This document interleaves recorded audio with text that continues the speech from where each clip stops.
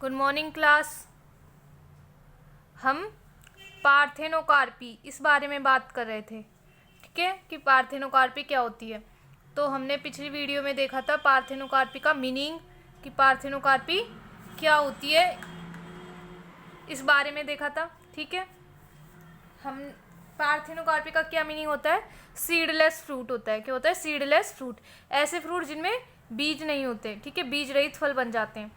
क्यों बन जाते हैं? क्योंकि निषेचन नहीं हो पाता, फर्टिलाइजेशन नहीं हो पाता, तो सीडलेस फ्रूट का फॉर्मेशन होता है। ये होती है पार्थेनोकार्पी। इसके बारे में बात की थी।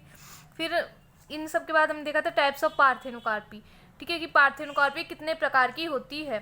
तो दो प्रकार की पार्थेनोकार्पी थी, नेचुरल पार्थेनोकार्पी और artificial parthenocarpy. Natural parthenocarpy it means प्राकृतिक अनिषेक फलन, और आर्टिफिशियल मीन्स कृत्रिम अनिषेक फलन, ठीक है। प्राकृतिक अनिषेक फलन, जैसे नाम से आपको पता लग रहा है, अनिषेक फलन होगा मतलब बिना निषेचन के फल बनेंगे, बिना वो development of fruit without fertilization होगा इन नेचुरल कंडीशन। क्यों? प्राकृतिक तरीके से, ठीक है। आर्टिफिशियल में जैसे हम लैब वगैरह में करते हैं उस प्रकार से होगा। तो पहले हम देखते हैं नेचुरल पार्थेनोकार्पी, ठीक है, प्राकृतिक अनिषेक फलन, ठीक है। तो प्राकृतिक अनिषेक फलन निम्न प्रकार की हो सकती है, ठीक है, अनेक प्रकार की, अनेक कारणों से हो सकता है प्राकृतिक अनिषेक फलन। तो उसके बारे में हम बात करते हैं, ठीक है। फर्स्ट है वातावरणीय अनिषेक फलन। कौन सा? एनवायरमेंटल पार्थेनोकार्पी, ठीक है। एनवायरमेंटल पार्थेनोकार्पी यह वातावरणीय कारकों के कारण होती है, ठीक है। कैसे होती है? एनवायरमेंटल फैक्टर के कारण होती है, जैसा कि आपको नाम से पता लग रहा है। अब एनवायरमेंटल फैक्टर के कारण कैसे हो सकती है? इसमें पर्यावरण के कारण, ठीक है, एनवायरमेंटल के कारण नरयुग्मक मतलब मेल गैमीट सक्रिय नहीं रह पाते तथा प्रतिकूल परिस्थितियों में निष्क्रिय हो जाते हैं, ठीक है। क्या होता है? जो मेल गैमीट है वो सक्रिय नहीं रह पाते, ठीक है, और जैसे ही अनफेवरेबल कंडीशन होती है वो क्या हो जाते हैं? इनएक्टिव हो जाते हैं, निष्क्रिय हो जाते हैं, जिसके फलस्वरूप इनमें निषेचन न हो पाने से बीज रहित फल बनते हैं, ठीक है। क्या होता है? मेल गैमीट होते हैं वो फर्टिलाइजेशन से पहले ही हो जाते हैं, निष्क्रिय हो जाते हैं, ठीक है। तो निषेचन नहीं हो पाता पर फ्रूट का डेवलपमेंट हो जाता है। क्या हो जाता है? फ्रूट का डेवलपमेंट हो जाता है, ठीक है। एनवायरमेंटल फैक्टर के कारण कई बार ऐसा हो जाता है। तो इस तरह से प्राकृतिक रूप से या वातावरणीय कारणों से अनिषेक फलन पाया जाता है। तो जब वातावरणीय कारकों से पाया जाता है तो हम एनवायरमेंटल पार्थेनोकार्पी कह देते हैं, ठीक है। क्या कहते हैं? एनवायरमेंटल पार्थेनोकार्पी कहते हैं, ओके। नेक्स्ट है, अब देखो एनवायरमेंटल के कारण और कैसे हो सकता है, क्या क्या फैक्टर हो सकते हैं एनवायरमेंटल के। तो इनमें पाला, जैसे कहते हैं ना, पाला पड़ गया, ज़्यादा ठंड हो जाती है, वो पाला पड़ना हो जाता है जिसमें शून्य तक तापमान हो जाता है। उच्च कोहरा, ठीक है, बहुत ज़्यादा कोहरा हो जाए, ठीक है, आदि प्रमुख लक्षण हैं, ठीक है, किसके? एनवायरमेंटल फैक्टर जिनके कारण पार्थेनोकार्पी हो सकते हैं। तो ये कुछ वातावरणीय कारक हैं, है ना। लेविस, ये वैज्ञानिक हैं, लेविस के अनुसार नाशपाती में 3 से 18 घंटे तक फ्रीजिंग तापमान में रखने पर इसके पुष्पों को बीज रहित फल प्राप्त होते हैं। जो लेविंग है इन्होंने क्या देखा कि जो नाशपाती है, अगर इनके फ्लावर्स को या इनके प्लांट्स को 3 से 18 घंटे तक हम फ्रीजिंग तापमान पे रख दें, मतलब एकदम लो उस पे रख दे, टेम्परेचर पे रख दे 3 से 18 घंटे तक, तो क्या होता है? इनमें फल बन जाते हैं। क्या बन जाते हैं? फल। बिना निषेचन के ही ये फल में विकसित हो जाते हैं, ठीक है, अर्थात बीज रहित फल प्राप्त होते हैं। क्या प्राप्त हो जाते हैं? बीज रहित फल, सीडलेस फ्रूट हमको प्राप्त हो जाते हैं, ठीक है। तो ये जो फ्रीजिंग तापमान दिया गया है, ठीक है, इसको चिलिंग ट्रीटमेंट भी कह सकते हैं। क्या कह सकते हैं? चिलिंग ट्रीटमेंट, मतलब उनको ठंडा करने पर ऐसा हो जाए, ठीक है। तो क्या होते हैं? इनमें पुष्पों में रखने पर बीज रहित फल प्राप्त होते हैं, ठीक है। तो ये एनवायरमेंटल फैक्टर के कारण अनिषेक फलन हो गया, ठीक है। नेक्स्ट है आनुवांशिक अनिषेक फलन, जेनेटिकल पार्थेनोकार्पी, ठीक है। आनुवांशिक अनिषेक फलन की जेनेटिक मतलब वंश की वजह से, उनके प्लांट में जो जीन्स है उनकी वजह से ही भी पार्थेनोकार्पी उत्पन्न हो सकती है, ठीक है। तो इसके अंतर्गत अनिषेक जनित फल कुछ आनुवांशिक कारणों से बनते हैं, ठीक है। जो अनिषेक जनित फल हो जाते हैं, मतलब जिनमें सीडलेस फ्रूट होते हैं, बिना निषेचन के जो फल बनते हैं, उनके कुछ पीछे कुछ आनुवांशिक कारण होते हैं, जैसे कि इनमें म्यूटेशन, असामान्य अर्धसूत्री विभाजन, असामान्य युग्मक अथवा युग्मनज बंध्यता के कारण अनिषेक जनित फल का निर्माण होता है। ठीक है, इनमें क्या है, म्यूटेशन हो सकती है, असामान्य अर्धसूत्री विभाजन हो सकता है, असामान्य युग्मक बन सकते हैं, युग्मनज बंध्यता आदि के कारण भी क्या हो सकते हैं, अनिषेक जनित फल का निर्माण होता है। ठीक है, नेक्स्ट में केला एवं कुकुरबिटा आनुवंशिक अनिषेक जनन के उदाहरण हैं।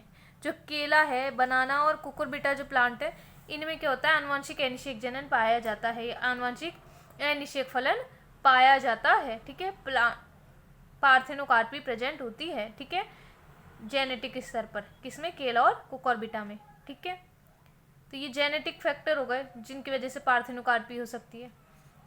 नेक्स्ट है रासायनिक अनिषेक फलन, इंग्लिश में हो जाएगा केमिकल पार्थेनोकार्पी। ठीक है, केमिकल्स की वजह से भी पार्थेनोकार्पी प्रेजेंट हो सकती है। किसकी वजह से, केमिकल्स की वजह से। ठीक है, तो उसको हम कहेंगे रासायनिक अनिषेक फलन। ठीक है, क्या कहेंगे, रासायनिक अनिषेक फलन। ठीक है, तो इसके अंतर्गत कृत्रिम ऑक्सीजन की उपस्थिति में अपरागित या अनपॉलिनेटेड अंडाशय फल में परिवर्तित हो जाते हैं।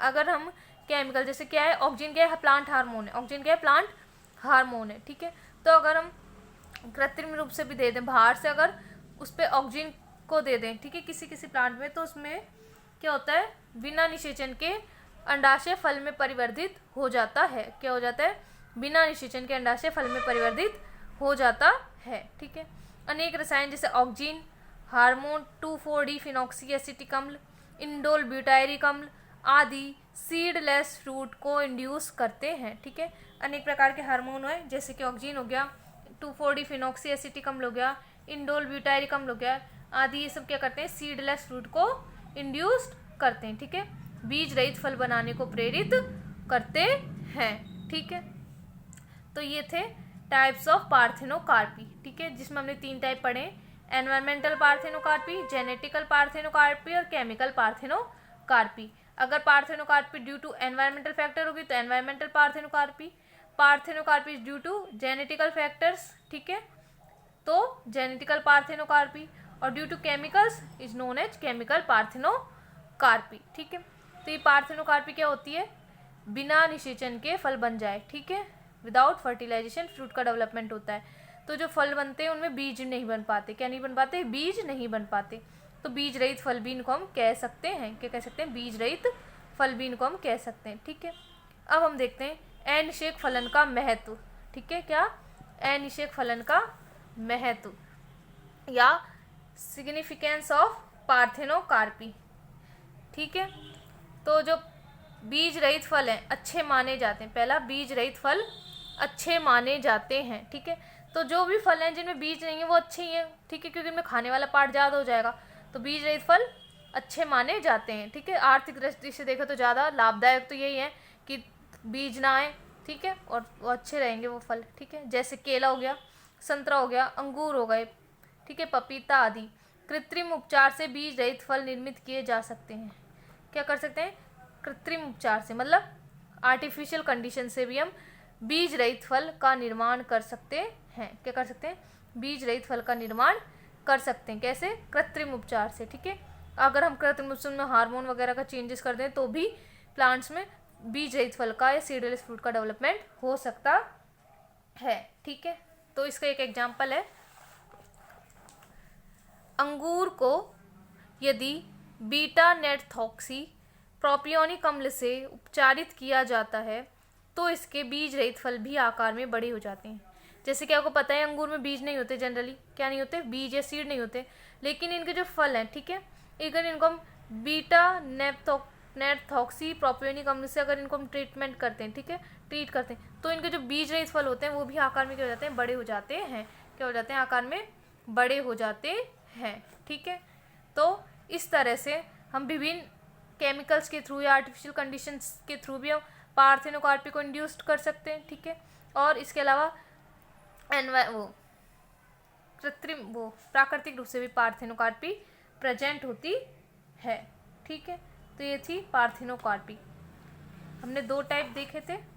फर्स्ट थी नेचुरल, जो हमने नेचुरल्स के टाइप देख लिए, आर्टिफिशियल पार्थेनोकार्पी वही, जैसे कि आपको मैं पहले बता चुकी हूँ, कई बार हम लैब में या किसी भी तरीके से आर्टिफिशियल कंडीशंस में किसी भी में अगर हम बिना निषेचन के फ्रूट डेवलप करते हैं, ठीक है, तो वो क्या कहलाएगी, आर्टिफिशियल पार्थेनोकार्पी। ठीक है, तो ये लैब वगैरह में की जाती है, साइंटिस्ट के द्वारा की जाती है, सारी कंडीशंस का ध्यान रखा जाता है। ठीक है, एनवायरमेंट, तो ये वाले कृत्रिम पार्थेनोकार्पी या कृत्रिम अनिषेक फलन कहलाएगा। ठीक है, तो आई होप आपको इस वीडियो में टाइप्स ऑफ पार्थेनोकार्पी समझ में आ गए हो और पार्थेनोकार्पी होती क्या है ये बात आपकी क्लियर हो। ठीक है, इससे आगे अब हम अपनी अगली वीडियो में बात करेंगे। इस वीडियो में इतना ही। Thank you.